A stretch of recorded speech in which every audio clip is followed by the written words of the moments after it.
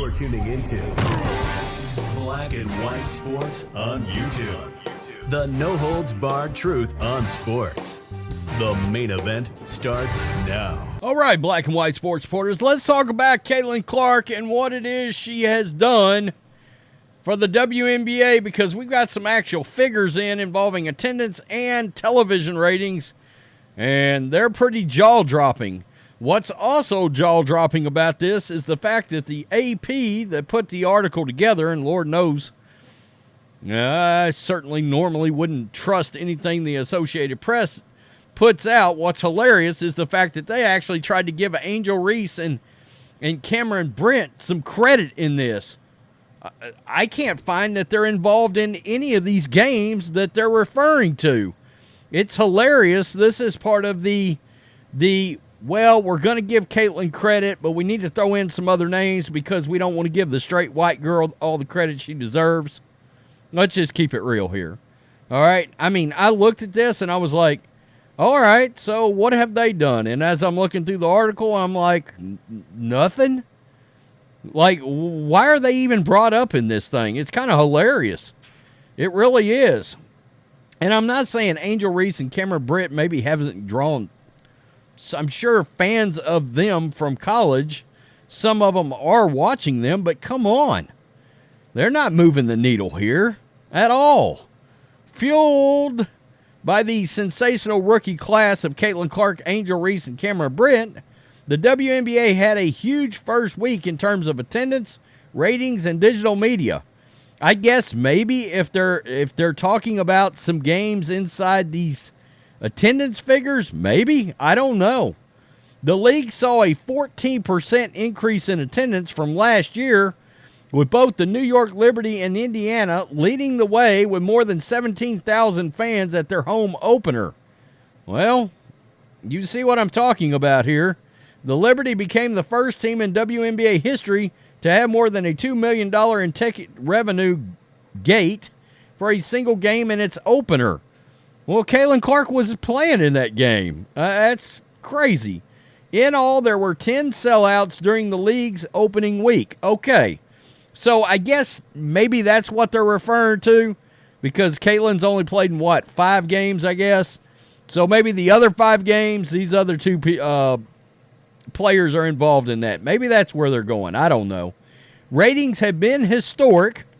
ESPN's broadcast of Clark's opening night, when the Indiana Fever played the Connecticut Sun, had the highest viewership for a WNBA game on the network.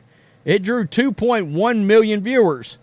A doubleheader on Saturday that was on ABC featuring Clark and the Fever against New York and the Los Angeles Sparks against the Las Vegas Aces put up impressive numbers as well. An average of 1.7 million viewers watched the first game, while 1.34 million saw the Sparks and Aces contest. Well, Caitlin Clark led into that game. I mean, come on. That's hilarious. Quote, "We're never satisfied as we want more to tune in and more fans, but are really, really pleased," the WNBA commissioner Kathy Engelbert told the AP on Wednesday. That's viewership against really tough competition of the Knicks and the hockey and Game 7s. That's not lost on me. Again, got to give the commissioner some credit. She's done all she can to make sure that they don't blow this opportunity. Now, you got some players in your league that need to get the same memo. Monday night's game, which was a rematch, and I'm talking about how they're treating her on the court, Caitlin Clark. Monday night's game, which was a rematch of the Sun and the Fever, drew 1.56 million viewers on ESPN. Quote, "It's not lost on me that on a Monday night, to pull that number, that's really good. Historically, a lot of sports leagues do not do well that night except on Monday Night Football." Well, you're going up head-to-head against WWE Raw, which is always a tall task, and I think Raw won the night. In all 5 games on ESPN networks this year, they have averaged 1.43 million viewers, which is up 181% from the same number of games last season. This is where it's really impressive. They're up 226% from last season's average.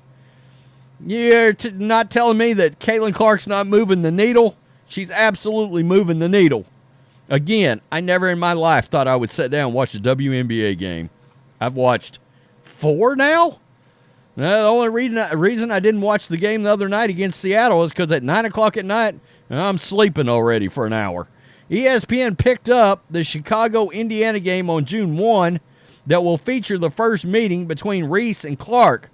I'm interested to see how that game does.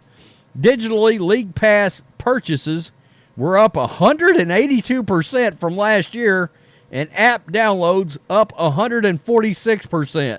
The rookies are also driving the sale of merch. Online sales at the WNBA store have already eclipsed the total for all of last season. Wow.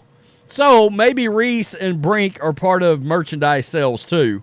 So I don't know. But it's pretty obvious. I mean, Caitlin Clark seems to be tied into almost all of this and these statistics, but they're pretty jaw-dropping statistics nonetheless. I mean, 226% increase over last year's television ratings. That's pretty nuts. You know, it really is. It's remarkable what it is she's done. What I mean by she needs to send a memo out to the rest of the league, look, there was a foul on Caitlin Clark during that Seattle Storm game. And it was like, I did a video the other day about WNBA players being jealous and head-hunting Caitlin Clark. They went straight for her head. There was no doubt about it. It was one of the ugliest, hardest fouls that I've ever seen on any basketball player anywhere. It was a bad one. And Caitlin Clark hit the floor, and she was holding her head. And it's kind of the old school basketball, like Pacers, Knicks. I kind of like that kind of basketball, but not to that extent. And not only that, the reason it stands out is because it's not exactly the style of basketball that people have seen out of the league. It just seems to be sort of pushed in one direction. Yeah, the straight white girl. I mean, I don't know how else to say it. Some of these players are so jealous. I mean, we got some coaches that have come out and they get it. They're looking at the ratings and attendance and they're like, this is the cash cow the league has been waiting on. This is the opportunity to grow the league. But if Caitlin Clark messes around and gets hurt, or if the statistical scores still refuse to give her teammates any blame for some of these turnovers, which it's blatantly been a thing, they haven't caught passes, it's just going to look worse and worse. The Fever have got to win some games. And I do think they're going to. They're getting much closer, like we talked about. They were much better in the Sun rematch, and then much better against Seattle, and they were in Seattle. So that's going to be an interesting situation. If she rolls together, say, 3 or 4 wins in a row, I would expect the ratings to go up a little bit. The one thing I would say, I don't think anybody in their right mind believed the WNBA was going to draw 12 million viewers or 18 million viewers like what was happening in college. I think people enjoyed the college basketball experience, not only Caitlin Clark, but there's other massive personalities in college basketball outside of Clark. Kim Mulkey's a big personality. Dawn Staley's a big personality. And those teams are powerhouses. That's why you're not seeing 10 million viewers on some of these games. Now, if she makes the playoffs, that's going to be interesting. If she gets in the playoffs and they mess around and get let's say a game 7 somewhere, yeah, I would be interested to see if they couldn't pull 4 to 5 million viewers, which would be absurd for this league. I don't know. Maybe it could happen.